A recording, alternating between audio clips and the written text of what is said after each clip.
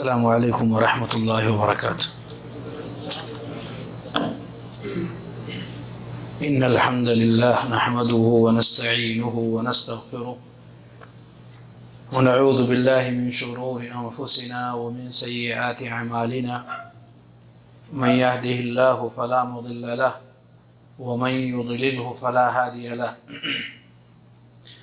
واشهد ان لا اله الا الله وحده لا شريك له، واشهد ان محمدا عبده ورسوله، اما بعد فان خير الحديث كتاب الله، وخير الهدي هدي محمد صلى الله عليه وسلم، وشر الامور محدثاتها، وكل محدثة بدعة، وكل بدعة ضلالة، وكل ضلالة في النار۔ اعوذ باللہ من الشیطان الرجیم، بسم اللہ الرحمن الرحیم۔ یا ایہا الذین آمنوا اتقوا اللہ حق تقاته ولا تموتن الا وانتم مسلمون۔ یا ایہا الناس اتقوا ربکم الذی خلقکم من نفس واحدہ وخلق منها زوجها وبث منهما رجالا كثيرا ونساء، واتقوا الله الذي تساءلون به والأرحام إن الله كان عليكم رقيبا۔ يا أيها الذين آمنوا اتقوا الله وقولوا قولا سديدا يصلح لكم أعمالكم ويغفر لكم ذنوبكم، ومن يطع الله ورسوله فقد فاز فوزا عظيما۔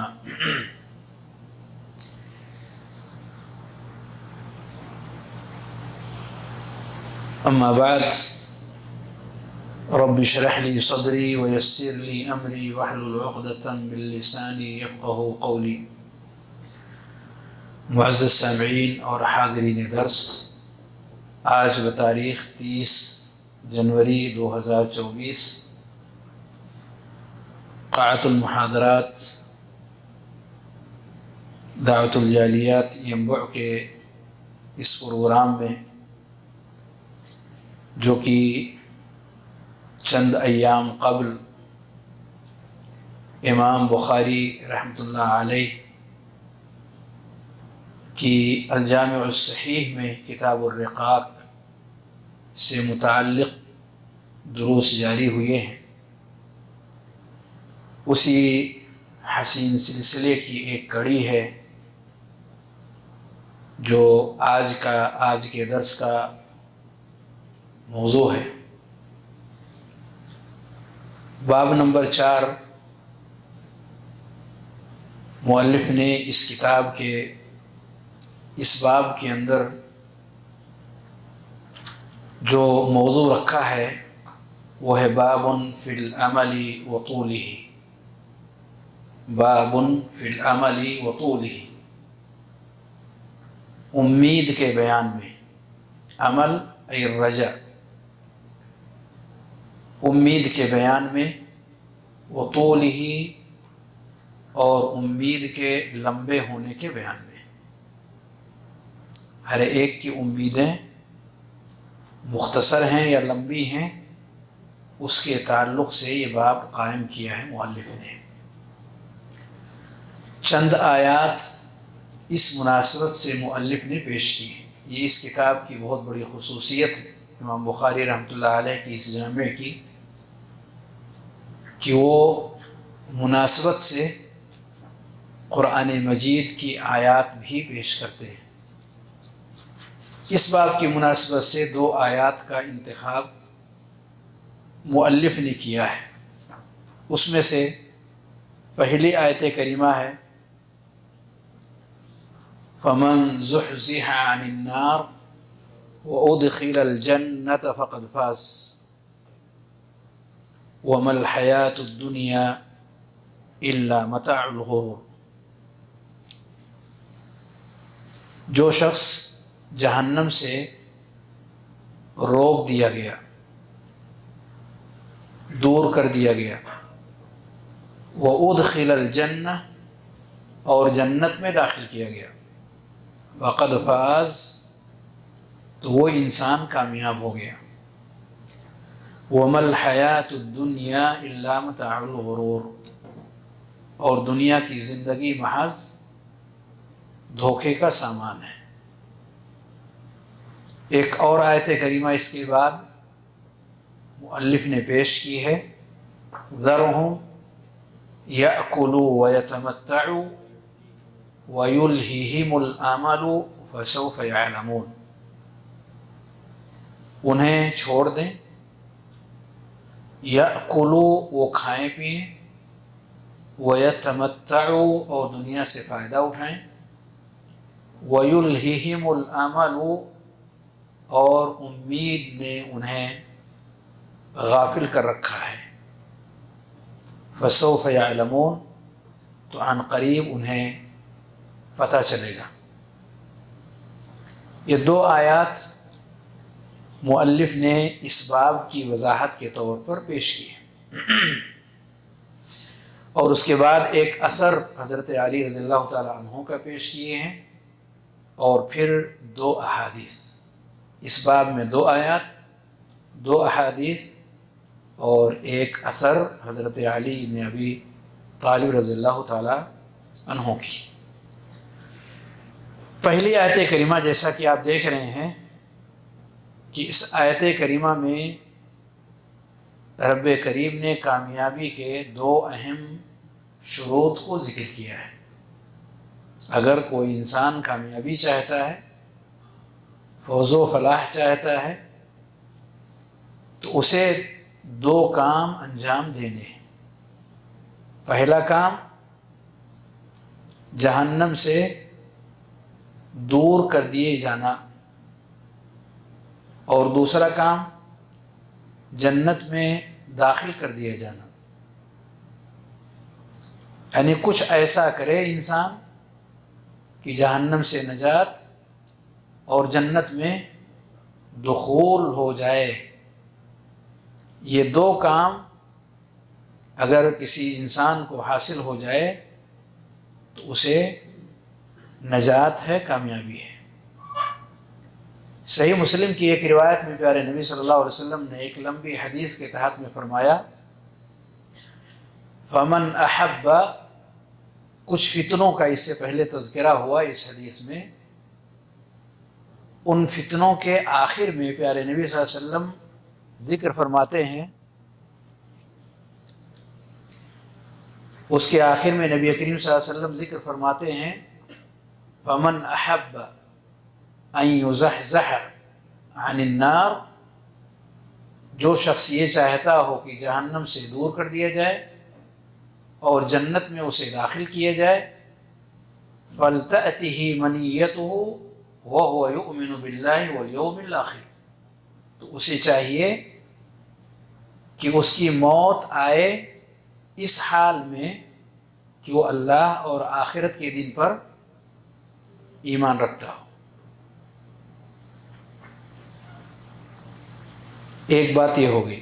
دوسری بات، وَلْيَأْتِ إِلَى النَّاسِ الَّذِي يُحِبُّ أَن يُؤْتَى إِلَيْهِ، اور لوگوں کے ساتھ وہ برتاؤ کرے جو برتاؤ کہ وہ اپنے ساتھ پسند کرتا ہے۔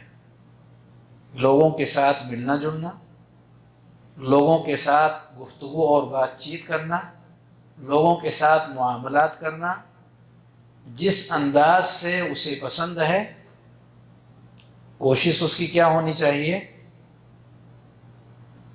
اس کی کوشش یہ ہونی چاہیے کہ اگر ہمارے یہ پسندیدہ طریقے ہیں کہ ہمارے ساتھ لوگ اس طرح کا برتاؤ اور معاملہ کریں، تو اس سے پہلے کہ وہ ہمارے ساتھ کریں، ہم لوگوں کے ساتھ یہی انداز اپنا لیں،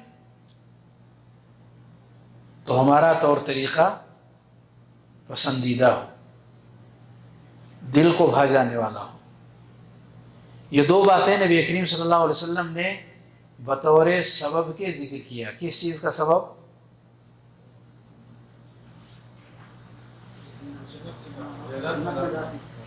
ان دو نعمتوں کے حصول کے لیے، جہنم سے نجات اور جنت میں دخول کے اسباب کے طور پر نبی کریم صلی اللہ علیہ وسلم نے ان دو باتوں کو ذکر کیا۔ تو آیت کریمہ میں انہی دونوں نعمتوں کا تذکرہ ہے کہ یہ دو نعمتیں اگر کسی شخص کو حاصل ہو جائیں حقیقت میں وہی شخص کامیاب ہے۔ فاز نہیں کہا، فقد فاز کہا، قد تحقیق کے لیے ہے کہ یقیناً وہ شخص کامیاب ہے۔ اور یہ کامیابی اور یہ دونوں نعمتیں ان لوگوں کو نصیب ہوتی ہیں جن کے اندر یہ دو باتیں پائی جائیں، اللہ اور آخرت کے دن پر ایمان اور لوگوں کے ساتھ اچھا برتاؤ۔ تو خلاصہ یہ ہوا کہ رب کریم نے ہر انسان کے اوپر کچھ واجبات، کچھ فرائض، کچھ حقوق بندے اور رب کے درمیان رکھے ہیں، اور کچھ حقوق اور فرائض بندوں کے آپس میں رکھے ہیں۔ اس کا خلاصہ کیا نکلا؟ خلاصہ یہ نکلا کہ حقوق دو طرح کے ہیں، ایک بندوں اور رب کے بیچ کے حقوق، اور دوسرا بندوں کے آپس کے حقوق۔ تو اگر ان دونوں کا خیال انسان کر رہا ہے، دونوں کی پاسداری ہو رہی ہے، دونوں کی ادائیگی میں انسان پیچھے نہیں ہٹ رہا ہے، تو ایسے لوگوں کو رب کریم یہ دو عظیم الشان نعمتیں عطا فرمائے گا۔ کون دونوں؟ جہنم سے برات اور جنت کا حصول۔ بارک اللہ فیک۔ یہ دونوں چیزیں اسے حاصل ہوں گی۔ پہلے حق کو آپ کیا نام دیں گے؟ اللہ کے حقوق۔ رب کریم کے حقوق میں سر فہرست کون سا حق ہے؟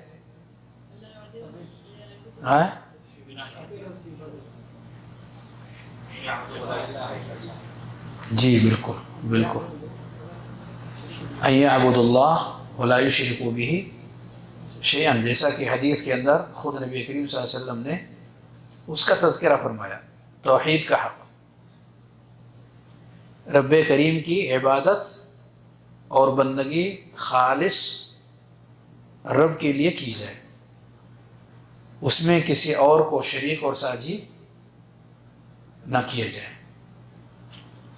یہی ہے سب سے عظیم الشان، سب سے بڑا حق جو رب کریم کا انسانوں کے اوپر، بندوں کے اوپر ہے۔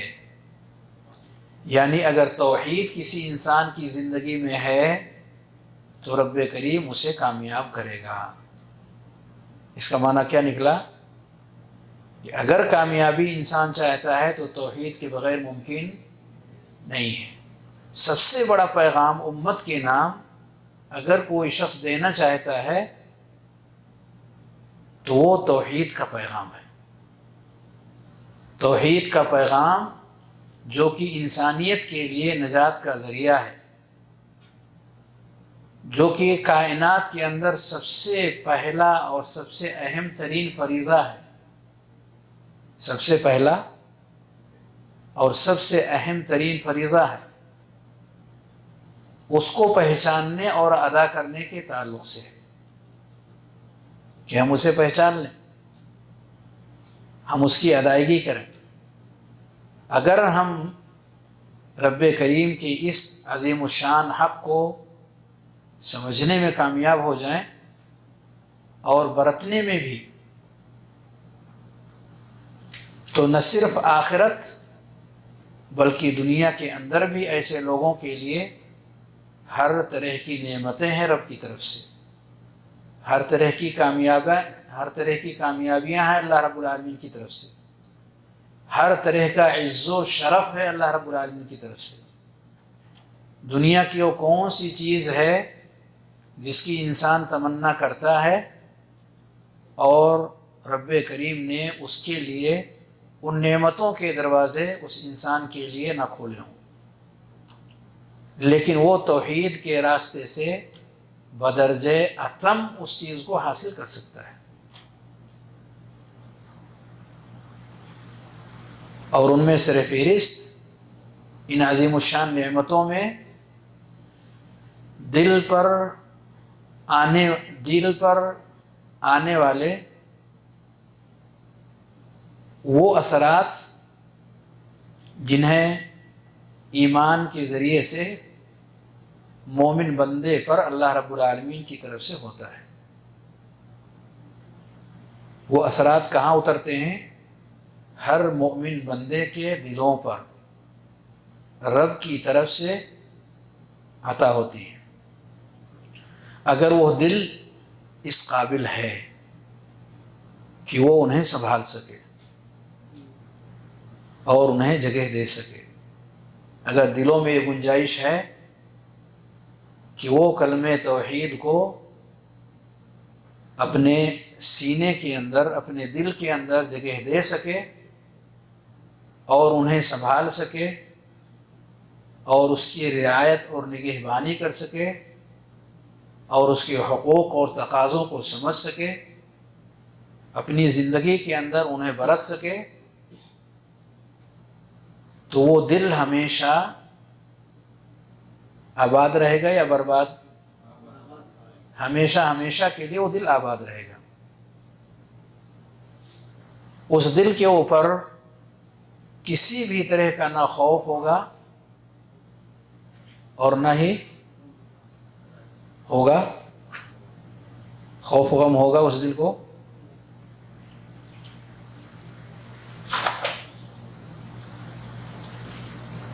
ہوگا خوف و غم کہ نہیں انسانی فطرت ہوگا؟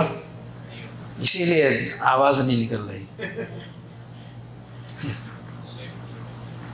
خوف و غم ان دلوں میں ہوگا یا نہیں ہوگا؟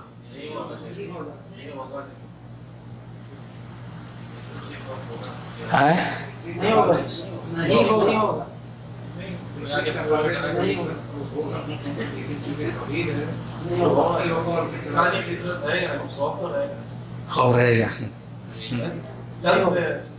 معاملہ میں رہے گا۔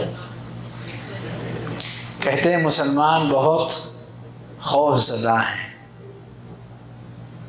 یہ بات آتی ہے کہ نہیں؟ مسلمان بہت خوف زدہ ہیں، ایسے حالات سے مسلمان گزر رہے ہیں کہ چہروں پر ہوائیاں اڑ رہی ہیں، اور کچھ لوگ کہتے ہیں کہ 12 بج گئے۔ تو کیا اس طرح کے حالات میں مسلمان خوفزدہ رہتا ہے؟ مشکل ترین اس پر خوف و غم نہیں آتا؟ ہاں آتا ہے۔ جلدی نہیں ہے جواب دینے کی، اطمینان سے جواب دیں۔ نہیں آتا خوف نہیں آتا، فکر اور غم ہو سکتا ہے، فکر ہو سکتی ہے، غم ہو سکتا ہے، خوف نہیں ہوتا۔ رب کریم نے موسیٰ علیہ السلام سے کہا لا تخف انک انت الاعلی، قرآن مجید کی یہ مشہور آیت لا تخف، ہے ایسی کوئی آیت؟ حفاظ بتائیں گے؟ نہیں، جو آیت میں نے پڑھی ہے پہلے اس کے تعلق سے، پھر آپ کی آیتیں ہم سن لیں گے، کوئی مسئلہ نہیں۔ لا تخف ہے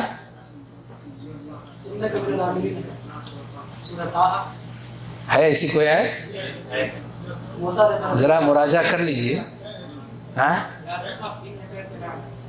ہے ایسی آیت؟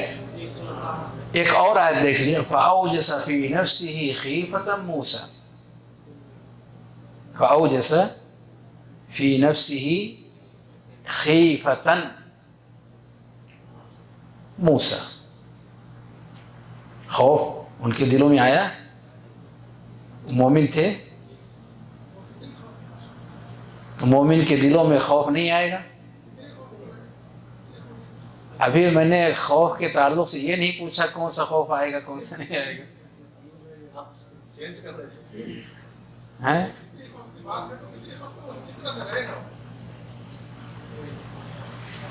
جب کسی مسئلے میں کوئی تفصیل ہو، کسی مسئلے میں کوئی تفصیل ہو تو اس کا جواب ہاں یا نہ میں نہیں ہوتا۔ ہاں میں جواب دیتے ہیں تو بھی غلط، نہ میں جواب دیتے ہیں تو بھی غلط۔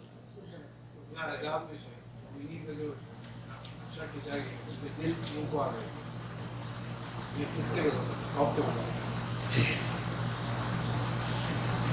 آپ نے ایک اور دلیل یعنی اسی سے ملتی جلتی دلیل دیا، ہاں دلیل میں اضافہ کر دیا، اور وہ مشہور آیت ہے، اذان ہو رہی ہے، دلیل میں اضافہ ہو گیا، اور وہ غالباً سورۃ الاحزاب کی آیت ہے، اذ جاءوکم من فوقکم ومن اسفل منکم وَإِذْ زَاغَتِ الْأَبْصَارُ وَبَلَغَتِ الْقُلُوبُ الْحَنَاجِرَ وَتَظُنُّونَ بِاللَّهِ الظُّنُونَ هُنَالِكَ ابْتُلِيَ الْمُؤْمِنُونَ وَزُلْزِلُوا زِلْزَالًا شَدِيدًا۔ تو اس سے کیا پتہ چلا؟ ابھی میں ایک ضابطہ بتا رہا تھا کہ جب کسی مسئلے کے اندر کوئی تفصیل ہو تو اس کا جواب ہاں اور نہ میں دینا صحیح نہیں ہوتا۔ ہاں میں کہتے ہیں جواب تو غلط، نہ میں جواب وہ بھی غلط۔ تو جب بھی ایسی چیز آتی ہے تو جواب میں کہتے ہیں مسئلے میں تفصیل ہے، مسئلے میں تفصیل ہے، اگر ایسا ہو تو یہ ہے، اگر ایسا ہو تو یہ ہے اس کی تفصیل۔ تو اگر آپ کے سامنے اس مسئلے میں تفصیل ہے تو تفصیل میں جواب دے سکتے تھے، میں نے منع تو نہیں کیا۔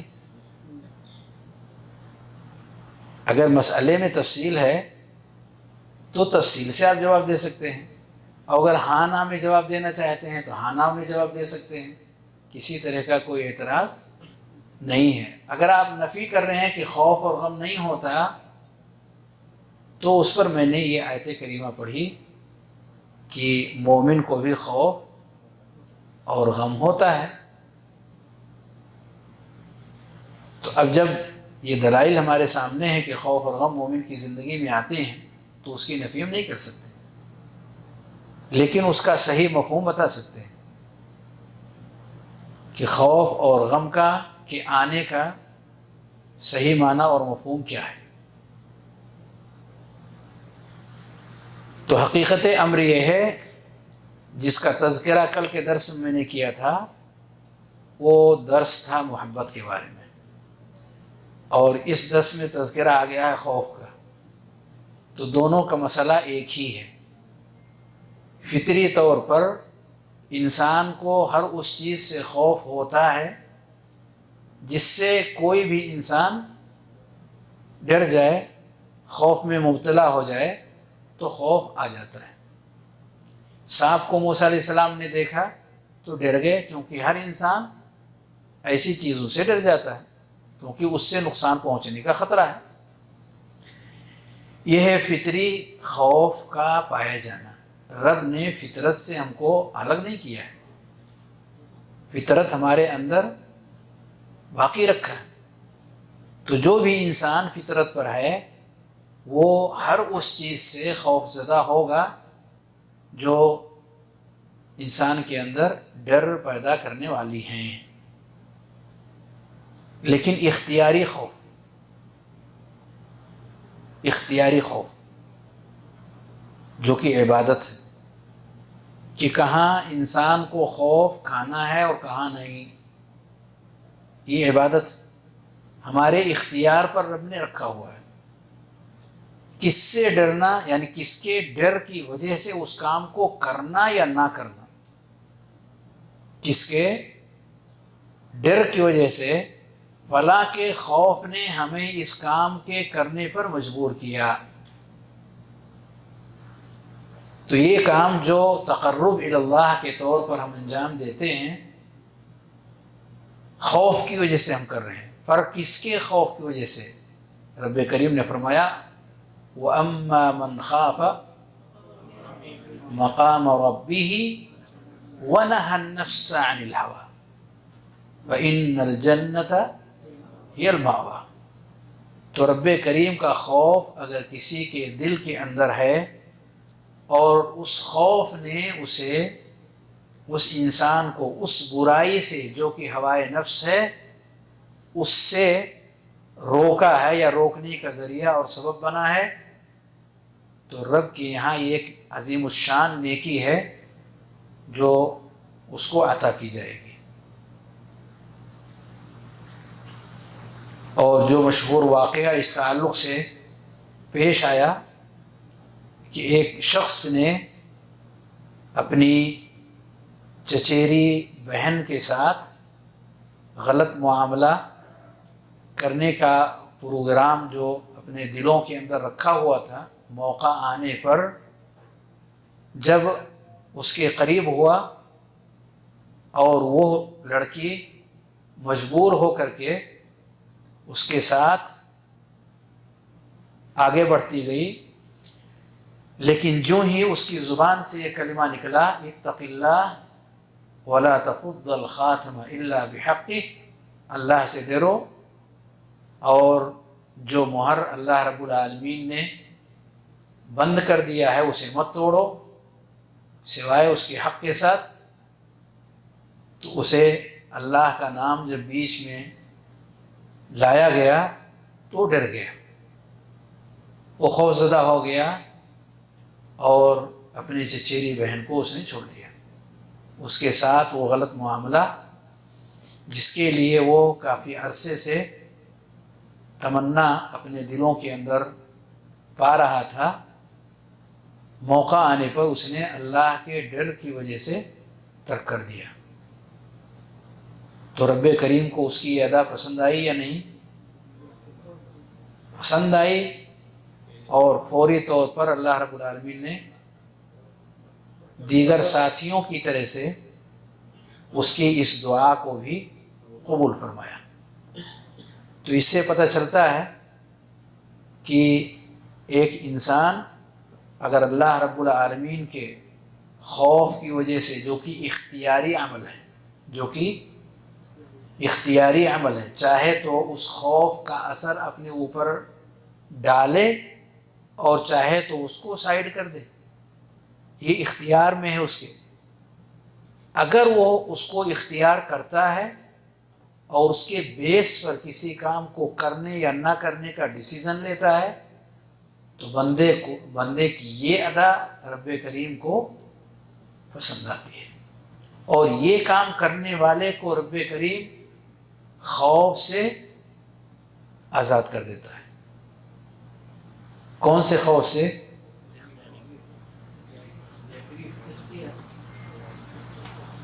خوف سے آزاد کر دیں۔ کون سے خوف سے اللہ رب العالمین اس کو آزاد کرتا ہے؟ ہیں؟ پھر اس کو ڈر نہیں لگتا؟